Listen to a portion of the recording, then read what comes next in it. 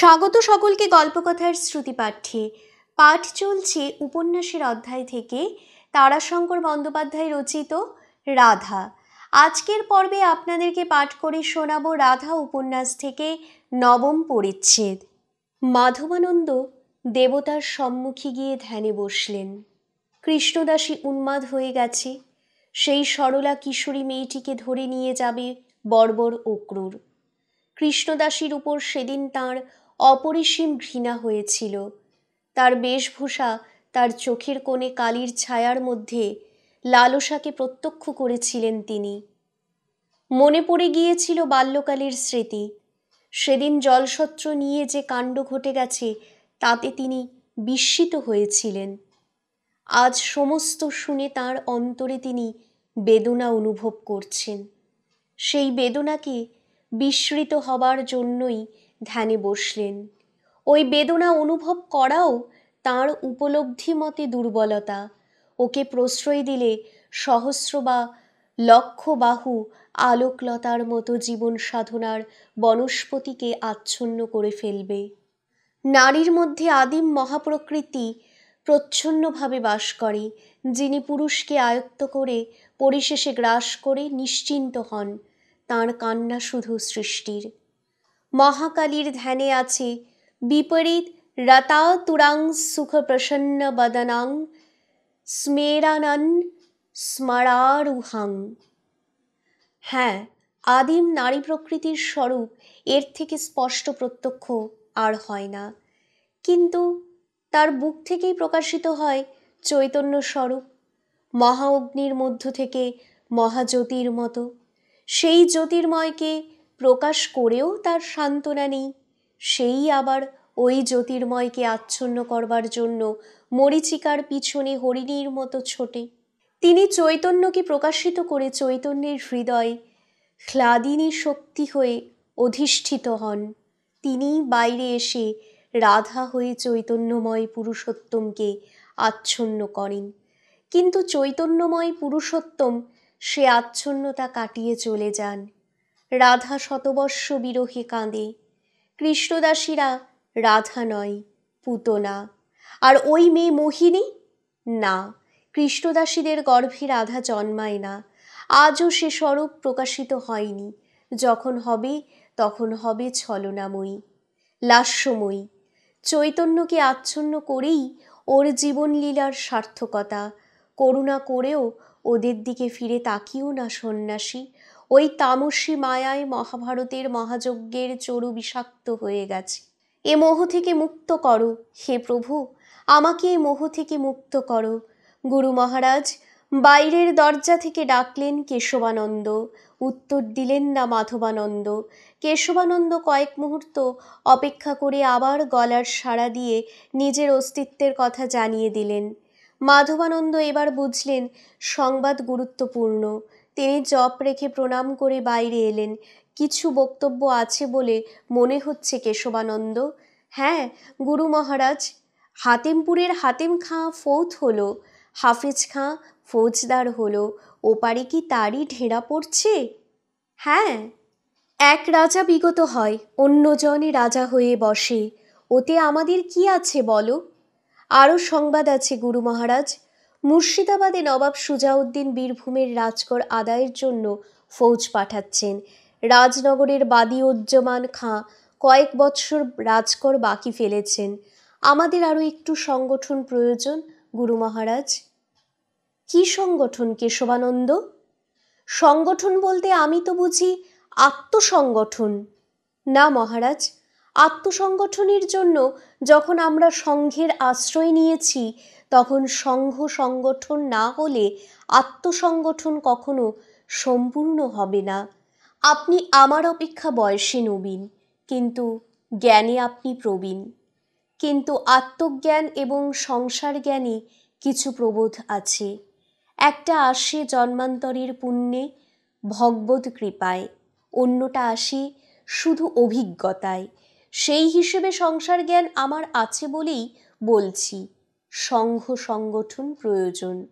আমি জানি আপনি বাহুবলের শক্তিকে সুচক্ষে দেখেন না, তাই তো কেশবানন্দ? চিন্তিত মুখে কেশবানন্দ কথা কয়েকটি বলে সম্মুখে বিরাট বনস্পতি শিষ্যের দিকে চেয়ে রইলেন। অন্ধকার হয়ে এসেছে, তারই মধ্যে মসীকৃষ্ণ বর্ণে আঁকা ছবির মতো দাঁড়িয়ে আছে শালগাছটা। জীবনের প্রথম বিরাট স্বরূপ ওই বনস্পতি। যত আলোর দিকে সহস্র শাখা বিস্তার করে নিজেকে প্রসারিত করে ঊর্ধ্বলোকে উঠছে, তত তার তলায় অন্ধকার ঘন হচ্ছে, বিস্তৃত হচ্ছে। জীবনের তামসীর বিনাশ নাই। কেশবানন্দ তাঁর ধ্যান ধারণা সাধন তপস্যা সত্ত্বেও কঠোর বাস্তববাদী। কেশবানন্দ বললেন, গুরু মহারাজ, এক মহর্ষি তাঁর পরমায়ু মাত্র কয়েক কোটি বর্ষ জেনে এবং অনন্তকালের সঙ্গে তুলনায় কয়েক কোটি বর্ষকে নিতান্তই অকিঞ্চিৎকর উপলব্ধি করে কোনো কুটির নির্মাণ না করে মাত্র একটি গাছের পাতা মাথায় দিয়ে তপস্যায় বসেছিলেন। কিন্তু পাতাটির আয়ু নিশ্চয় কয়েক কোটি বর্ষ ছিল না। সুতরাং পাতাটিকে নিশ্চয় বারংবার বদল করেছিলেন। আমাদের সংঘ সেই পাতাই না হয় হলো, কিন্তু সেটি যাতে ঝড়ে না ওড়ে, বর্ষায় না গলিত হয়, তার চেষ্টা তো করতেই হবে। ঝড় উঠছে গুরু মহারাজ। হিন্দুস্থানের আকাশের উত্তর পশ্চিম কোণে মেঘ উঠছে। শুনছি পারস্যে মহা অসুরতুল্য এক নাদের শাহের অভ্যুদয় হয়েছে। সে নাকি হিন্দুস্থানের দিকে অভিযানে অগ্রসর হবে। মুঘলের কাল গত হতে চলেছে গুরু মহারাজ। নাদির শাহের আঘাতে দিল্লির দরবার একান্তভাবে শক্তিহীন হয়ে পড়বে। দক্ষিণে মারাঠারা প্রবল হয়ে উঠেছে। ভবানীর বরপুত্র রামদাস শিষ্য শিবাজী মহারাজার গড়া শক্তি আজ ভ্রষ্ট। এই সময় শুধু নিজের জন্য তপস্যা করতে চান, হিমালয়ে যান। যদি ধর্মকে রক্ষা করার প্রয়োজন মনে করেন, তাহলে সক্রিয় হতে হবে। দিকে দিকে সন্ন্যাসীরা সক্রিয় হয়ে উঠছে। আপনি রাজেন্দ্রগিরি মহারাজের সাক্ষাৎ পেয়েছেন, সেখানেই আপনার সঙ্গে আমার দেখা। আপনার মধ্যে জ্ঞান এবং তেজের সমাবেশ, সংকল্পের দৃঢ়তা দেখে আপনাকে অনুসরণ করছি, নইলে আমি আসতাম না। আজও বলুন, যদি সংকল্পে আপনি দুর্বল হয়ে থাকেন বা তত্ত্বজ্ঞানে এ সংসারকে একটি বুদ্বুদি মনে করে থাকেন, তবে আমি স্থান ত্যাগ করি। একটু স্তব্ধ থেকে আবার কেশবানন্দ বলেন, আজকের মতো উদাসীন বলুন উদাসীন, দুর্বল বলুন দুর্বল। এ তো আমি কোনোদিন দেখিনি। মার্জনা করবেন, মনে হচ্ছে আপনি বিচলিত। মাধবানন্দ একটা দীর্ঘ নিঃশ্বাস ফেলে বললেন, কেশবানন্দ, সত্য গোপন আমি করি না, তুমি ঠিকই ধরেছ। আমি বিচলিত হয়েছি আজ। ওই কয়ও আমাকে বলে গেল আমার অভিশাপেই নাকি ইলামবাজারের সেই বৈষ্ণবী, যাকে আমরা বর্গীদের হাত থেকে বাঁচিয়েছিলাম, যে আমাদের জলসত্র নিয়ে গোলমাল করেছিল, সে পাগল হয়ে গেছে। অন্তত লোক তাই বলছে। কেশবানন্দ বললেন, আমি জানি কৃষ্ণদাসী পাগল হয়ে গেছে। আপনার দয়ায় তারা ভিক্ষা করতে এসেছিল।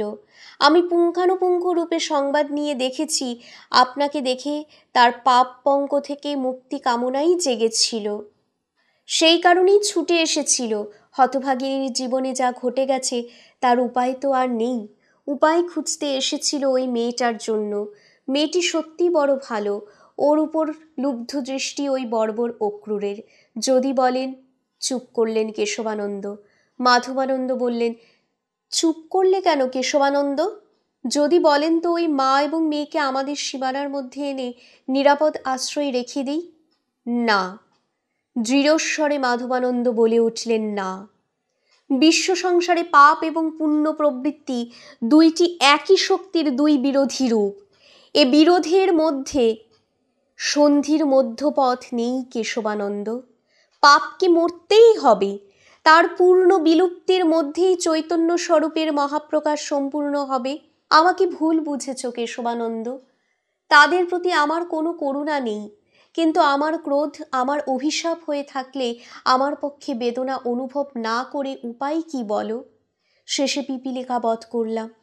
বলতে বলতেই দুটি বিন্দু জল তাঁর চোখ থেকে গড়িয়ে পড়ল।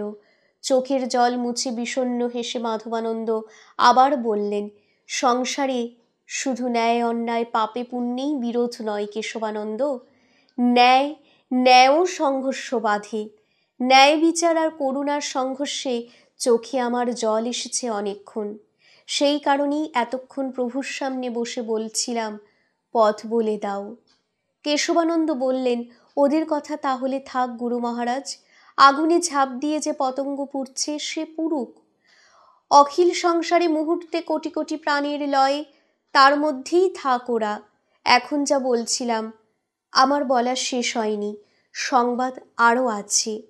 বাংলাদেশেও শান্তি আর থাকবে না। নবাব সুজাউদ্দিন বিলাস এবং ইন্দ্রিয় পরায়ণতায় প্রায় নিষ্ক্রিয় হয়ে পড়েছেন। উজির হাজী মোহাম্মদ এই সুযোগে শক্তি সঞ্চয় করেছে। পাটনায় হাজির ভাই আলীবর্দী ক্রমশ স্বাধীন চালে চলতে শুরু করেছে। সুজাউদ্দিনের দুই ছেলে তাকিউদ্দিন রাজকার্যে রাজনীতিতে পারঙ্গম। সরফরাজ বিচিত্র চরিত্র। মাধবানন্দ বললেন, জানি, হাজার নারী বেষ্টনীর মধ্যে দিন যাপন করে। তারা নাকি সখী। কোন সখীর মাথা ধরলে কোরআন মাথায় দুপোহর রৌদ্রে দাঁড়িয়ে থাকে। তবু অনেকে বলে সে সাধক। ব্যঙ্গহাস্য করে মাধবানন্দ কথা শেষ করলেন। ত্বকির সঙ্গে সরফরাজের বিরোধ বাঁধিয়ে হাজী মোহাম্মদ অবিচার করে ত্বকির মৃত্যু ঘটিয়েছে। মারণজাগ করেছিল। ত্বকির মৃত্যুতে হাজী প্রায় নিষ্কণ্টক। বাংলার আকাশেও ঘনঘটা উঠছে। দিগন্তে বিদ্যুৎ চমক বিচ্ছুরিত হচ্ছে মহারাজ। আমাদের শক্তি সংগ্রহের প্রয়োজন আছে। এবং থামলে কেন বলো? আমি কিছুদিনের জন্য ঘুরে আসব। ঘুরে আসবে? কোথায়? গোকুল পর্যন্ত। গিরি মহারাজের সঙ্গে দেখা করতে যাবে? হ্যাঁ মহারাজ। তাঁর নির্দেশ? হেসে কেশবানন্দ বললেন, নির্দেশ একমাত্র আপনার হতে পারে। পরামর্শ উপদেশের জন্য যাচ্ছি। কোনো চিন্তা আপনি করবেন না। আমি অন্য সকলকে, বিশেষ করে তোমরা কি সকলে একই অভিপ্রায়ে আমার শিষ্যত্ব গ্রহণ করেছিলে কেশবানন্দ? কেশবানন্দ চুপ করে রইলেন। আমি বুঝতে পারিনি তুমি আমার অনুমানের চেয়ে অনেক বেশি চতুর কেশবানন্দ। একটু স্তব্ধ থেকে আবার বললেন, কিন্তু ও খেলায় দেশ জাগবে না কেশবানন্দ। দেশের ধুলো উড়বে, হয়তো প্রচণ্ড ধুলোর বিরাট আবর্ত। মনে হবে মাটি বুঝি জেগে উঠে মাথা তুলে আকাশ ছুঁতে চলেছে, কিন্তু কয়েকদিন পরেই নেমে আসতে হবে আবার সেইখানে। কেশবানন্দ তবু কোনো উত্তর দিলেন না। যাক ওসব কথা। কিন্তু গুরু, যেখানে শিষ্যদের সাধনার মার্গ সম্পর্কে বিশ্বাস করাতে পারে না, সেখানে সে গুরু হিসাবে ব্যর্থ। আমি ব্যর্থ হয়েছি কেশবানন্দ। তোমরাই আমাকে মুক্তি দাও। কেশবানন্দ এবার বললেন, আপনার শাস্ত্রবিচার উপলব্ধিতে আমি সম্পূর্ণ বিশ্বাসী গুরু মহারাজ। আমি মুগ্ধ হয়েই আপনার শিষ্যত্ব গ্রহণ করেছি। হয়তো আপনি নূতন উপলব্ধিতে উপনীত হয়েছেন। আমি সেটা উপলব্ধি করতে পারছি না। আপনি যেদিন শিষ্য গ্রহণ করে মঠ তৈরি করতে চেয়েছিলেন, সেই দিনই তো নিজের মুক্তি ছাড়া আরও মানুষের মুক্তি চেয়েছিলেন। বাংলাদেশে এই বৈষ্ণব ধর্মের বিকৃত পরকীয়া সাধনের গতিরোধ করতেই তো এখানে এসে আশ্রম তৈরি করতে আরম্ভ করেছেন। এখন রাজনৈতিক দুর্যোগ যদি ঘনিয়ে আসে, আসে কেন? আসছে গুরু মহারাজ। তাহলে যে জীবনের সর্বত্র তার আঘাত এসে লাগবে। আত্মরক্ষা প্রথম ধর্ম। অরাজকতা বিশৃঙ্খলার মধ্যে রাজা যে হবে, সে যতদিনের জন্যই হোক লোক শোষণ করতে শুরু করবে। দস্যুতার প্রাদুর্ভাব হবে। দুঃসাহসীরা দস্যুতার সাহায্য নিয়ে রাজা হতে চাইবে। ব্যভিচারীর উৎপাত হবে। এখানে অভ্যুদয় হবে ওই বর্বর ও ক্রূর দাস সরকারের। অরাজকতার মধ্যে অত্যাচারীর অভ্যুদয় হয়। অত্যাচারের মধ্যে তাঁর অভ্যুদয় ঘটে মানুষের বুকে কেশবানন্দ। আমি তো তাই চেয়েছিলাম, মানুষকে জাগাতে, মানুষকে চালাতে নয়। তুমি বহুকাল রাজকর্ম করেছ। তুমি তীক্ষ্ণ বুদ্ধি, অতি সংযত বাক। কিন্তু তার মধ্যে থেকেও তোমার গোপন উদ্দেশ্য অন্ধকারের শাপদৃষ্টির অগ্নিচ্ছটার মতো চকিত প্রকাশে দেখা দিচ্ছে। রাজেন্দ্রগিরি মহারাজের কাছে যাবে বলছো। আমিও তাঁর সঙ্গে আলাপ করেছি। বলো তো, তিনি সন্ন্যাস ধর্মে কি আজও স্থির আছেন, অথবা ভ্রষ্ট হয়েছেন? অর্থ দিয়ে অযোধ্যার নবাব ডাকছে, তিনি তার হয়ে যুদ্ধ করতে ছুটছেন। তার চেয়ে বেশি অর্থ দিয়ে ডাকছে দিল্লির উজির। সঙ্গে সঙ্গে তিনি নবাবকে ছেড়ে ছুটছেন তার হয়ে লড়াই করতে। সাবধান কেশবানন্দ, সাবধান। সন্ন্যাসীর হাতে রাজদণ্ড এলে সন্ন্যাসের অপমৃত্যু এবং গৃহীর অকল্যাণ। ভেবে দেখো কেশবানন্দ, তারপর ঝাঁপ দিও। গোকুলে যাবার দিন স্থির করো। বলে আর দাঁড়ালেন না, কথা বাড়াতে চাইলেন না বোধ করি। আবার ঘরের মধ্যে ঢুকলেন। হে যাদবোত্তম, হে পুরুষোত্তম, হে কংসারী, পথ দেখাও, স্থির রাখো আমাকে। কেশবানন্দ কিছুক্ষণ আকাশের দিকে তাকিয়ে দাঁড়িয়ে রইলেন। তারপর বেরিয়ে এলেন। শ্যামরূপার গড় জঙ্গলে রাত্রি নেমেছে। আষাঢ়ের শুক্লা তৃতীয়ার চাঁদ অনেকক্ষণ অস্ত গেছে। তার উপর আকাশে মেঘ, অন্ধকার যেন সূচিভেদ্য। অরণ্যময় শুধু লক্ষ কোটি পতঙ্গের একটানা আওয়াজ ধ্বনিত হয়ে চলেছে। এ ধ্বনি বৈচিত্র্য না শুনলে বোঝা যায় না। জলপ্রপাতের শব্দ যেমন অবিরাম এক সুরে বাঁধা, এ ধ্বনিও তেমনি। তবে এতে একটি সঙ্গীতের রেশ আছে। এ ধ্বনি যে জড় প্রকৃতির ধ্বনি নয়, জীবন প্রকৃতির ধ্বনি। এ ধ্বনি তো শুধু বস্তুর সংঘাতে উৎপন্ন নয়, এ ধ্বনির মধ্যে জীবনের অভিপ্রায়ের প্রকাশ আছে। কিন্তু কেশবানন্দের চিত্ত এই দিকে আকৃষ্ট হবার নয়। তাঁর চিত্ত আপন লক্ষ্যে, আপন সংকল্পে অধিষ্ঠিত। তিনি ডাকলেন, শ্যামানন্দ। অন্ধকারের মধ্য থেকে বেরিয়ে এলেন শ্যামানন্দ। আমি আপনার অপেক্ষাতেই এই গাছতলায় দাঁড়িয়ে আছি। কেশবানন্দ বললেন, শুনলে সব? শুনেছি বই কি। আপনি কি? না, আমার সংকল্পে আমি স্থির আছি। এই বিধর্মীর রাজত্ব ধ্বংসের এত বড় সুযোগ গেলে আর আসবে না। যারা আমার সর্বনাশ করেছে তাদের সর্বনাশ আমি করব। ঘর গেছে, সংসার গেছে, আমার সব গেছে এদের হাতে। সন্ন্যাস নিতে গিয়েছিলাম সাময়িক বৈরাগ্যের বশে। সন্ন্যাসে শান্তি পাইনি। প্রতিহিংসার কামনা আমার বুকে জ্বলছে। তারই তাড়নায় এই সংকল্প নিয়ে ফিরে মঠে মঠে ঘুরে বেরিয়েছি, কিন্তু মনের মতো স্থান পাইনি। হঠাৎ একে দেখে, থাক সেসব কথা শ্যামানন্দ। ভুল আমার হয়েছে, কিন্তু পরিশ্রম পণ্ড হয়নি। প্রয়োজন হলে সব আয়োজন নিয়ে একদিনে চলে যাব এখান থেকে। কিন্তু মুর্শিদাবাদের লোক এখনো এলো না কেন? আসা তো উচিত ছিল। সুজাউদ্দিনের বীরভূম অভিযানের সংকল্পের কথা, সে তো আজ 7 দিন পূর্বের সংবাদ। এর পরের লোক এখনো এলো না কেন?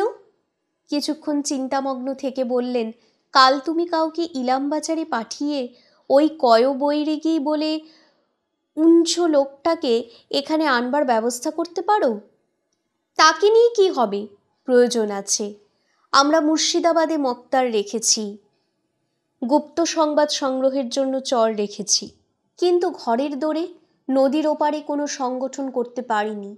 এ লোকটাকে একটু চতুর করে তুলতে পারলে এর চেয়ে ভালো গুপ্তচর আর হবে না।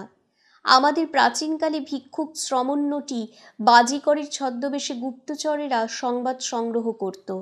এ লোকটা স্বভাবে ভিক্ষুক এবং লক্ষ্য করেছি সংবাদ সংগ্রহেও এর একটা আশ্চর্য রকম নিপুণতা আছে এবং আশ্চর্য রকমই লোকটা চুপ করে থাকতে পারে। কোনো কিছু শুনেই ওর মুখভাবের কোনো পরিবর্তন হয় না। লোকটাকে কাল একবার হাতেমপুর পাঠাবো আমি। ভোরবেলা কাউকে পাঠিয়ে দেবে। অবশ্যই বুঝতে পারছো আমাদের আশ্রমের কোনো সেবককে নয়, কারণ ওই বর্বর অক্রূরের অনুচরের সঙ্গে সংঘর্ষ হতে পারে। গ্রামের কাউকে পাঠিয়ে দেবে। একটা নিশাচর পাখি প্রহর ঘোষণা করে উঠল। সঙ্গে সঙ্গে আরও অনেক পাখি সাড়া দিলে।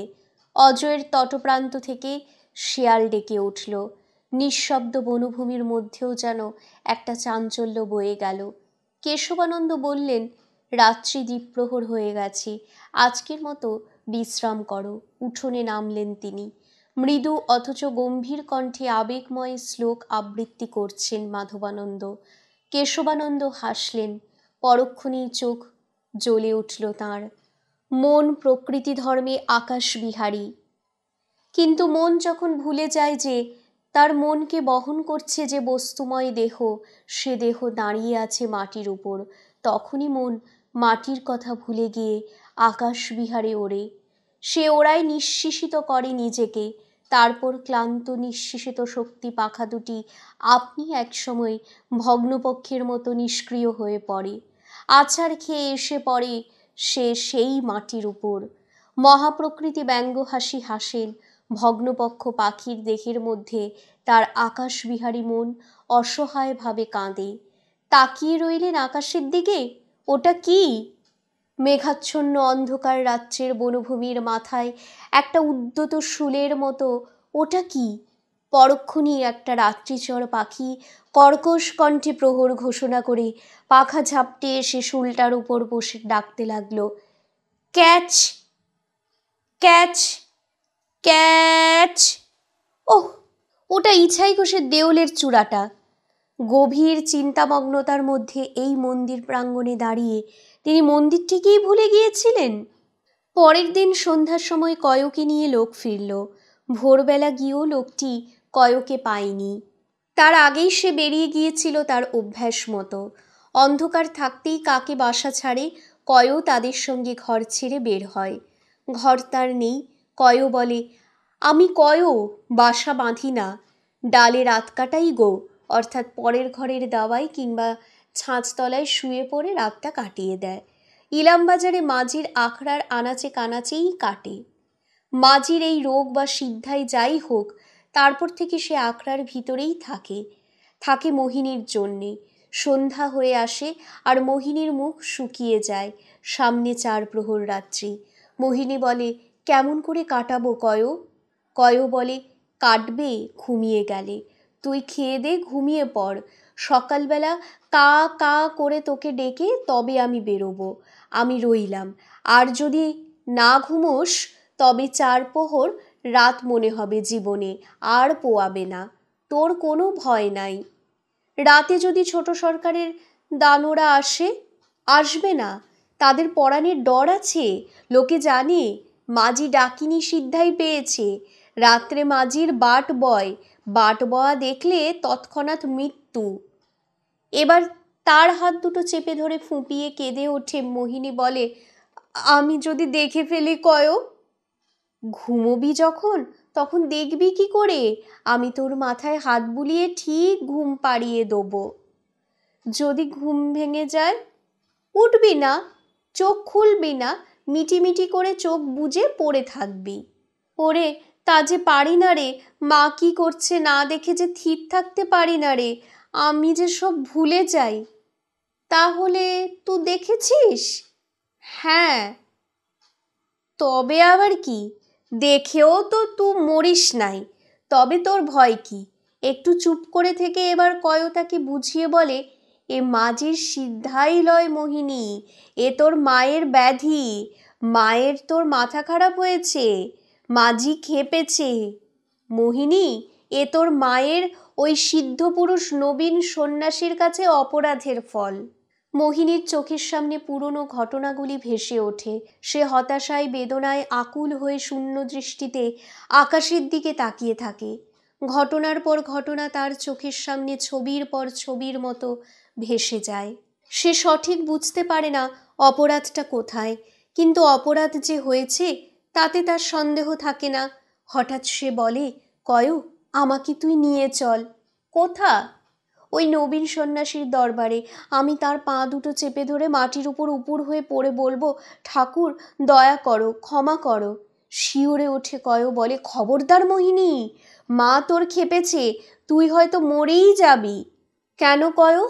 ওরে, আগুন, নবীন সন্ন্যাসী জ্বলন্ত আগুন, ওর দিকে হাত বাড়ালে হাত পুড়ে যায়।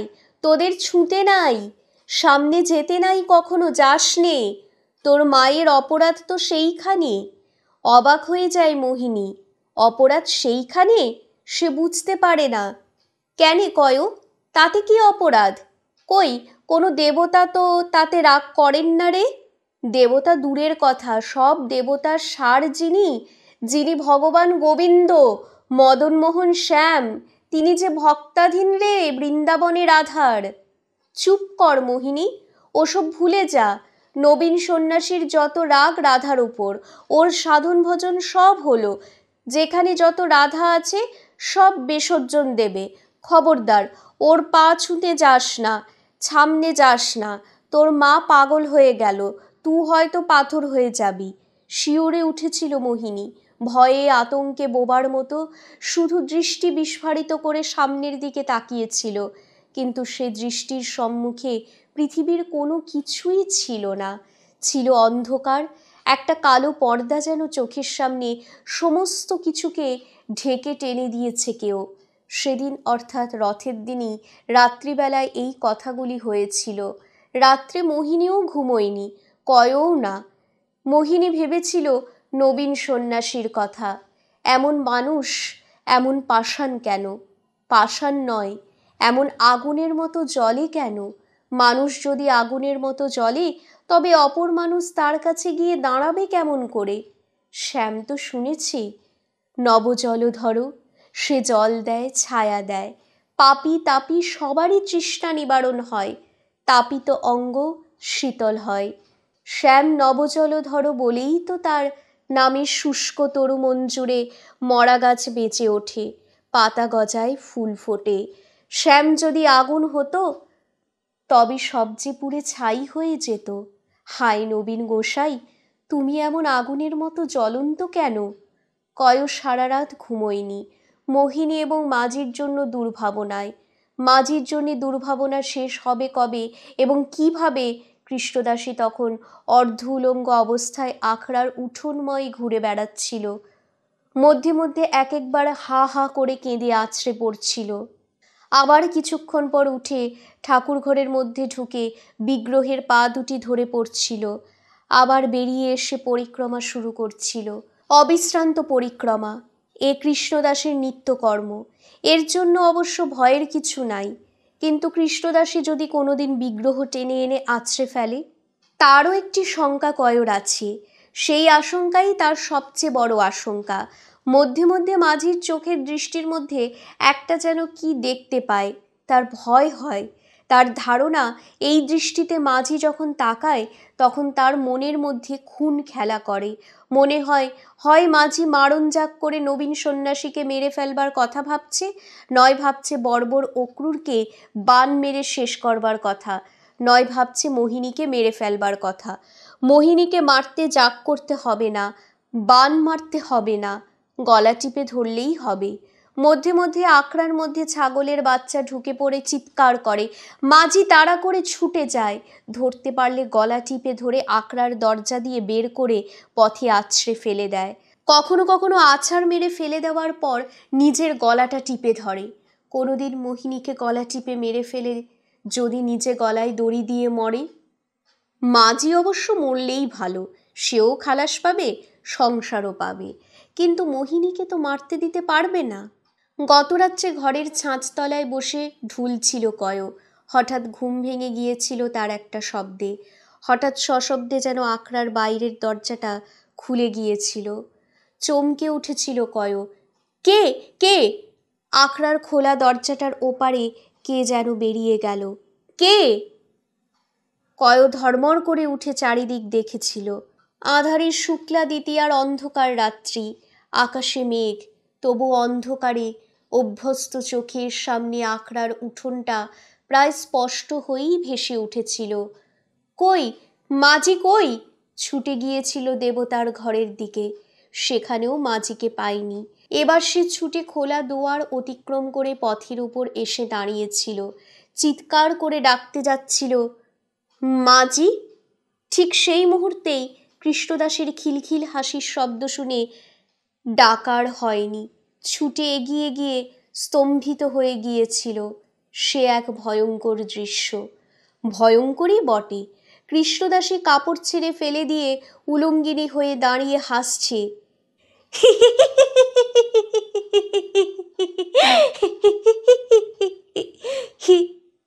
আর মধ্যে মধ্যে বলছে, মর মর, মুখ দিয়ে রক্ত তুলে মর, ঝলকে ঝলকে রক্ত উঠে মর, গল গল করে বেরুক রক্ত। আর তার সামনে দাঁড়িয়ে একটা লোক থরথর করে কাঁপছে। তাকে চিনতে কয়র দেরি হলো না। সে অক্রূরের অনুচর, কেলের সাগরেদ, একেবারে কাঁচা জোয়ান, কেলের চেয়ে দুঃসাহসী। কেলে মাঝির ডাকিনী মন্ত্রের ভয়ে আখড়ায় উঁকি মারাতে আসে না। এই দুঃসাহসী কাঁচা জোয়ানটা কেলের উপরে নিজের আসন করে নেবার দুরাকাঙ্ক্ষায় সে বোধ করি রাত্রে এসে উঁকি মেরেছিল। মাঝি বুঝতে পেরে বেরিয়ে এসেছে, অথবা হয়তো আকস্মিকভাবেই ঘটনাটা ঘটে গেছে। মুহূর্তে কয় মাঝির পরিত্যক্ত কাপড়খানা কুড়িয়ে মাঝির দেহের উপর কোনো রকমে জড়িয়ে দিয়ে মাঝির সামনে দাঁড়িয়ে ডেকেছিল, মাঝি, মাঝি, মাঝি। সেই মুহূর্তে পিছন থেকে অন্ধকার চিরে আরেকটি আর্তকণ্ঠস্বরের ডাক ধ্বনিত হয়ে উঠেছিল, মা গো, মা। মাঝি চেতনা হারিয়ে পড়ে গিয়েছিল। পিছনের লোকটা এই অবসরে ছুটে পালিয়েছিল। মোহিনীর সাহায্যে কয় কোনো রকমে টেনে হিচড়ে মাঝিকে আখড়ায় এনেছিল। জ্ঞান হয়েছে। মাঝি কিন্তু যেন তন্দ্রাচ্ছন্নের মতো পড়ে আছে, সব শক্তি যেন নিঃশেষ হয়ে গেছে। কয় মাঝির এই অবস্থার জন্য চিন্তিত হয়নি। কই মাছের পরাণের মতো শক্ত মাঝির পরাণ। ও সহজে যাবার নয়, যাবে না, গেলেও খালাস পাবে। কিন্তু চিন্তিত হয়েছে মোহিনীর জন্য। বর্বর অক্রূরের ওই কাঁচা জোয়ান প্রেত অনুচরটা তো পালিয়েছে। সে যখন ওই মূর্তি দেখেও মরেনি, যখন সামলে নিয়ে ছুটে পালিয়ে যেতে পেরেছে, তখন তো মরবে না। তার মানে সর্বনাশ। প্রেতের যখন ভয় ভেঙেছে, তখন তো আর মোহিনীর পরিত্রাণ নেই। এই বর্বরগুলো যখন ভয় করে, তখন সে ভয় মারাত্মক। কিন্তু ভয় ভাঙলে এরা হয়ে ওঠে আরও মারাত্মক। তাই ভোরবেলা কাককোকিল বাসা ছাড়বার আগেই সে বেরিয়ে পড়েছিল। ফিরেছে অপরাহ্নে। ফেরার পর আশ্রমের লোকের সঙ্গে দেখা হয়েছে। কেশবানন্দ তার জন্যে চর্বচস্য লেজ্জ পেয়েও আহারের ব্যবস্থা করেছিলেন। কয় অবাক হয়ে গেল, যেন খানিকটা সন্দেহ হলো তার। চতুর কেশবানন্দের তা বুঝতে ভুল হলো না। এ সন্দেহ যে কয়র হতে পারে, এ অনুমান আগে থেকেই তাঁর ছিল। তবুও এই ব্যবস্থা করেছিলেন তিনি এই ভেবে যে সন্দেহ ঘুচিয়ে দিতে পারলে এর ফলাফল অব্যর্থ। কেশবানন্দ কয়র সন্দিগ্ধ দৃষ্টির সঙ্গে নিজের দৃষ্টি স্থির রেখে হেসে বললেন, গুরু মহারাজের এই আদেশ। তারপর বললেন, তাঁর ধারণা দামোদরের ক্ষুধার কিছুটা তোমার উদরে বাসা গেড়েছে। মানুষের ক্ষুধা কিছুটা পেলেই মেটে, দামোদরের ক্ষুধা পেট পুরে খেলেও মেটে না। তাই বললেন, ওকে কাল ক্ষুধা মিটিয়ে খাওয়াও তো, বসো তুমি। কথাগুলি কয়র ভালোই লাগলো, বেশ ভালো ভালো কথা। আর অকাট্য, তার খিদে এবং পেটের ফাঁদে আর দামোদর নদের খিদে আর পেটের ফাঁদের সঙ্গে সত্যিই মিল আছে। সিদ্ধ পুরুষ বলেই এ কথা গোসাই বুঝেছে। কিন্তু তবু সে চুপ করেই দাঁড়িয়ে রইল, মাথা চুলকোতে লাগলো। হে ভগবান, এ কি বিপদে ফেললে। কেশবানন্দ বললেন, বসো বসো, দাঁড়িয়ে রইলে কেন? হাত জোর করে কয় বললে, আমাকে পরীক্ষা করছো গোসাই? না না, পরীক্ষা কিসের, বসো তুমি, এর মধ্যে কোনো পরীক্ষা নেই। তবে গোসাই, খেয়ে যে কয়র কখনো পেট ফাঁপে না, তার পেট নাগরার মতো ঢং ঢং করে বাজন দেয় কেনে? গলায় গলায় অম্বল কেনে? ঘি গরম মশলার গরমে বুক গলা শুকিয়ে কাঠ হয়ে গিয়েছে, পরানটা শুধু জল জল করে সারা হলো। গরম মশলা? গরম মশলা দেওয়া খাবার কোথায় খেলি? হাতেমপুরে, ফৌজদার বাড়িতে, সেখানে গিয়েছিলাম আজ। হাতেমপুরে? ফৌজদার বাড়িতে? আজ্ঞে হ্যাঁ, শের 2-3 হাল্লু আর ম্যাও, সেও শের ট্যাক হবে, পেট ফেঁপে উঠেছে, আইঢাই করছে। তুই মুসলমান ঘরের উচ্ছিষ্ট খেয়ে এলি? উচ্ছিষ্ট লয় গো, আদর করে বেগম সাহেবা পাতা পেরে খাওয়ালে। তার হারানো নীল হিরেটা আমি নিয়ে গিয়েছিলাম তো। ফৌজদার তো দেখে বিসমিল্লা ইয়ে আল্লাহ বলে পেরায় নাপিয়ে উঠল। বলে, তোর মাফিক সাচ্চা আদমি নেহি, দেখতে পাতা হ্যায়। বলে কি বসকিস লিবি, টাকালে, মোহরলে, জমিলে? আমি বলি না, বসকিস টসকিস আমি চাই না। আপনি একটা উপকার করেন, আপনি ফৌজদার, এ মুলুকের দণ্ডমুণ্ডর মালিক, এক বদমাসের অত্যাচার থেকে একটি অনাথা বালিকাকে রক্ষা করেন, সেই মোহিনী বলে মেয়েটা গো। এবার আর তার অক্কুরের হাত থেকে নিষ্কৃতি নাই। মাঝির ডাকিনী মন্তর সিদ্ধাই এসব কথার কথা, তা জানাজানি হয়ে গিয়েছে। নবীন গোসাই সিদ্ধ পুরুষ, উনিই আমাকে কাল বলেছিল, তুই যা কয়ো ফৌজদার হাফেজ খাঁর কাছে যা, কার্যসিদ্ধি হবে। এই নীল হিরেটা তুই কুড়িয়ে পেয়ে আমাকে রাখতে দিয়েছিস, এটা তাদেরই, এটা নিয়ে যা, দেখাবি, দেখালেই কার্যসিদ্ধি হবে। তা হয়ে যাবে, ঠিক হবে, এক ঘটি জল খাবো।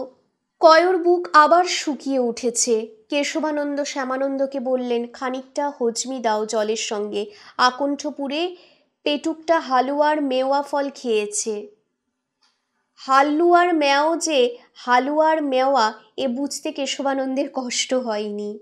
কয় বললে, করব কি বলেন, ফৌজদার হিরেটা নিয়ে ভেতরে গিয়ে হুকুম করলে, নিয়ে আয় বেটা বরেগি ভিখিরিকে, বেগম দেখবে তাকে, আর নিচে দাঁড়িয়ে খাওয়াবে, আর তারই কাছে বলতে হবে ওই মোহিনীর কথা, মেয়ে ছেলের কথা যে, আর লবাবি ফৌজদারি অন্দর যে, যা করবার বেগম করবে তা।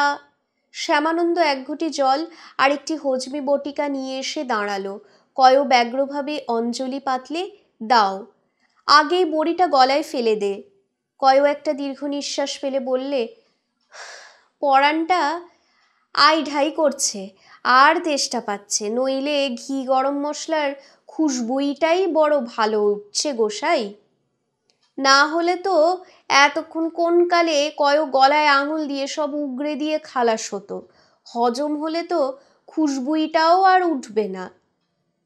কয়র দৃষ্টি করুণ হয়ে উঠল। পরক্ষণই বললে, না দাও, এগুলো খেতে হবে তো, দাও। বড়ি এবং জল খেয়ে গোটা দুই বড় ঢেকুর তুলে বললে, বুঝেছেন গোসাই, এ ফৌজদার আর সব আমির কি শেখ জমিদারের মতো নয় গো, ওই এক বেগম নিয়েই ঘর সংসার। বেগমের পেতাব খুব, দুজনার মধ্যে খুব ভালোবাসা। বললে, আমিনা পেয়ারি, এই এর কাছেই শোনো সে মেয়ের কথা, শুনে যা করবার করো। কেশবানন্দ চমকে উঠলেন, ভুরু দুটি কুঁচকে উঠল তাঁর। বললেন, কি কি বলে ডাকলেন ফৌজদার? আমিনা? হ্যাঁ, আমিনা পেয়ারি। আমিনা, আমিনা। মথুরার ঘাটে বাদশাহ বংশের এক ব্যভিচারী সন্তানের কথাগুলো সঙ্গে সঙ্গে মনে পড়ে গেল কেশবানন্দের। আমিনা, সে হারানো মেয়ের নামও আমিনা, ওসমান নামক এক ওমরা পুত্রের সঙ্গে পালিয়েছে। কয় বললে, তা বেগমও লোক ভালো, আমাকে হাল্লুমেও খেতে দিয়ে বললে, তু খা, হাম লোক সমঝকার দেখি, খুব খুবসুরত লেড়কি। আমি বললাম, ঝুট বলবো না, খুবসুরত বটে বেগম সাহেব, তবে সে কি আপনাকাদের মতো? এমন রং কোথা পাবে, রূপের তেজ কোথা পাবে? এই দেশের লেড়কি তো সদ্য পাক ধরা ধানের মতন, মানে গেরো রং হলেও সবুজ সবুজ আভা, এই আর কি, আর বড় ঠান্ডা, তেমনই নরম। কথা বলতে বলতে কয়ও পরপর গোটা চারেক বড় বড় উদ্গার তুললে, হেউ হে, উ হে, উহ হেউ। কেশবানন্দ বললেন, তারপর? কয় হাত বাড়িয়ে পায়ের ধুলো নিয়ে বললে, আহ, বাঁচালে বাবা গোসাই। আহ, সব হেঁটিয়ে গেল চার ঢেকুরে। আহ, আর দুটো ঢেকুর উঠলে তো পেটের নাড়ি ভুড়ি হজম হয়ে যাবে গোসাই। খাবার তো প্রস্তুত হয়েছে রে, ভোজনে বসে খা। খা আর বল, তারপর কি হলো? অক্রুরের হাত থেকে রক্ষা করবে কথা দিলে। অক্রুরের সঙ্গে তো হাতেম খায়ের খুব দহরম মহরম ছিল রে, না ফৌজদারের অন্দরে ঢোকাবার ব্যবস্থা করে এলি? কথা শেষ হলো না গোসাই, ফৌজদার চলে গিয়েছিল তো, আবার হন্ততন্ত হয়ে চলে এলো। কী সব বললে বেগমকে? বেগমও খুব তরস্ত হয়ে উঠে চলে গেলেন।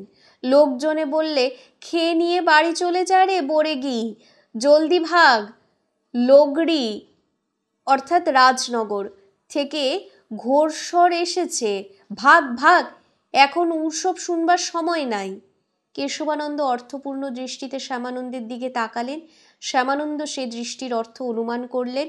নবাবী ফৌজ মুর্শিদাবাদ থেকে রওনা হয়েছে। ঠিক এই সময় রাত্রির প্রথম প্রহর অতিক্রান্ত হওয়ার ঘোষণা দিকে দিকে ধ্বনিত হয়ে উঠল। শিবারা ধ্বনি তুলে বনময় ডেকে উঠল। বাদুড়েরা পাখা মিলিয়ে উড়ল গাছের কোটরে। ডালে ডালে প্যাঁচারা ডাকতে শুরু করলে। এই ধ্বনির প্রতিক্রিয়ায় সচকিত হয়ে অহরহ জাগ্রত পতঙ্গেরা চঞ্চল হয়ে উঠল। তাদের ধ্বনি বারেকের জন্য উচ্চ হয়ে উঠল। কয়ও সচকিত হয়ে উঠল। গোসাই, কি হলো? চমকে উঠলি যে?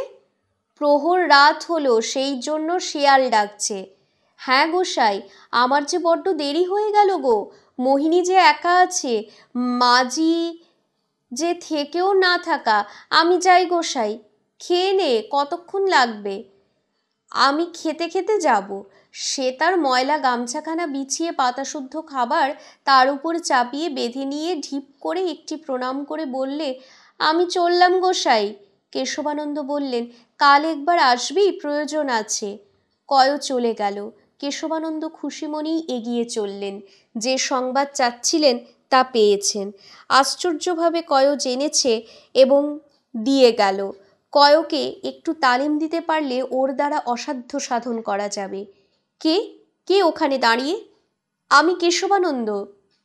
গুরু মহারাজ? এমন করে প্রশ্ন করতে গিয়েও করতে পারলেন না কেশবানন্দ। মাধবানন্দ বললেন, ভাবছি কেশবানন্দ, কালের পদধ্বনি শোনবার, সেই ধ্বনি তরঙ্গ অনুভব করবার শক্তি বোধ হয় জীবজগতের জন্মগত। নইলে প্যাঁচা, শিয়াল এরা ঠিক প্রহরে প্রহরে কি করে ডেকে ওঠে? আমরা মানুষ, ওদের থেকে অনেক জন্ম এগিয়ে আছি।